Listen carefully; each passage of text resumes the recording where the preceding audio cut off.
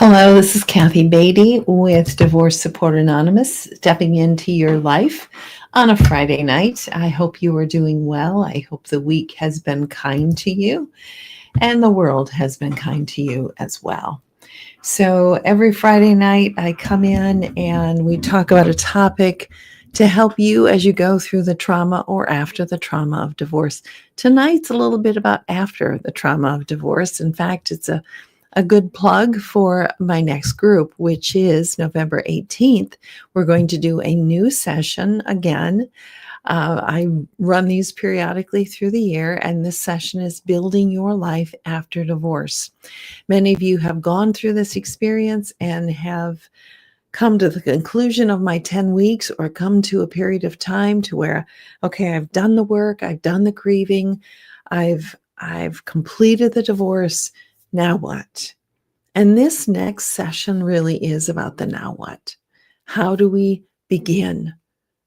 How do we begin life after divorce? So November 18th, if you connect with me, I'll send you a registration form, minimal cost to it. We spend 8 weeks together. We prepare a new life declaration. We look at every aspect of our life and we decide and make some decisions about what it is that we want and how we want to go forward. It's a very powerful time. So I hope that you will join us. And you may say, well, my divorce was 5 years ago. That's okay. My divorce was 7 years ago. That's okay. Until we do the work, we are going to stay stagnant at a certain state. So now is time to do the work. And perhaps you found that you are tired of going nowhere, of floundering. And a lot of people do, they flounder. It's like, I just don't know how to begin living again. And that's what we're going to talk about tonight, because you have to give yourself permission. No one else can do that. No one can come and hand you your life or motivate you to get going. They can suggest things, but it really has to be up to you for it to work. And that's true with therapy. That's true with these sessions. That's true with life. We do not lack information. We do perhaps lack motivation.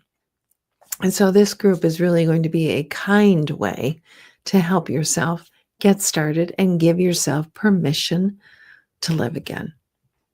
So connect with me. Let's get that started.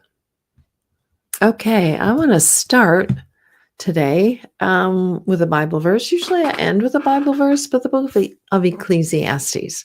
Oh, I didn't cite that in there. It is the book of Ecclesiastes in the Old Testament. It talks about a season. And we've been through a season. We've been through a very difficult season. And now it's time. That season is over. And now it's time to begin building. So there's a season for everything, the scriptures tell us. And I found that to be very, very true. A time to uproot, a time to heal, a time to search, a time to give up, a time to tear down, and a time to build. A time to tear and a time to mend. Now is the time to build. Now is the time. And you may think, oh, I'm so overwhelmed. I don't know how to build. That's okay. That's where you are. And that's what we do in group is we meet you exactly where you are. You may need to go through this twice before it really clicks in. Most people is one time, but there have been those who say, I need to go through this again. And that's okay. Once you pay for it and come in, you can come through it as many times as you like, because things become clearer. The further away we get from the situation, things become clearer to us. And that is a very, very good thing.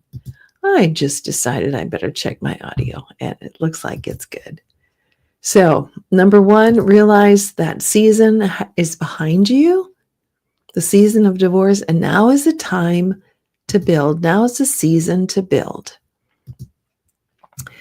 Next question. Have you done the grieving so that you can begin to build? Now, why do I say that? Who wants to grieve? Absolutely no one.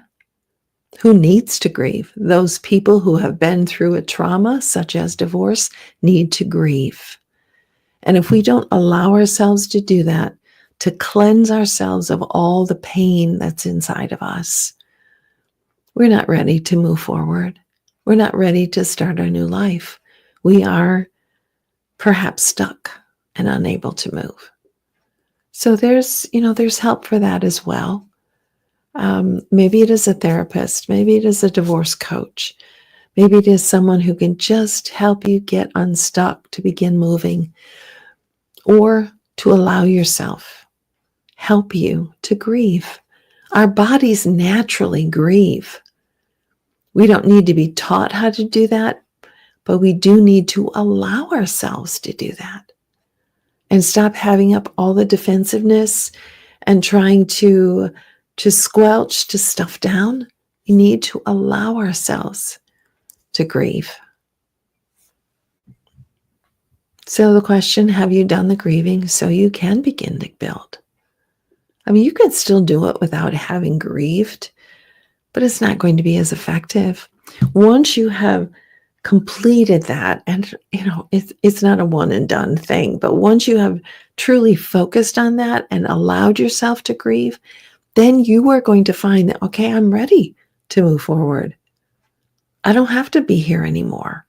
I don't have to be as depressed and oppressed as I feel. I can begin to see a future and a hope, to begin to see something is out there, a potential for me. It's a beautiful, beautiful place to be. And then to give yourself permission to dream again. To dream again. To hope in a future, to have plans, to have goals. And then the next question is, do you remember? Do you remember your dreams, your life goals? Can you begin now to connect with them? Some people have to go seriously back to high school or college to remember what their dreams were, because this negative relationship and divorce has consumed the mind, the heart, the soul of a person. And they have to remember, what were those dreams that I had before life took this challenge? And I know that you had dreams as a couple too. And that goes back to the grief of grieving those. But it's time to look at, what are your individual dreams? Do you remember them? Can you reconnect with them? Can you begin to connect with them now? Pull out a piece of paper tonight and just start jotting down, what was it I wanted to do? Let's go back to elementary. What was it I wanted to be when I was a little girl? And then look at later years in high school, and what were your goals? And then college, maybe you pursued something, or maybe you're there professionally. But there are also other dreams, such as creativity or travel or forming groups, writing a book. Who knows what they are? But now is the time to begin to give yourself permission again to dream. Say, it's a big world out there. What do I want? What do I want?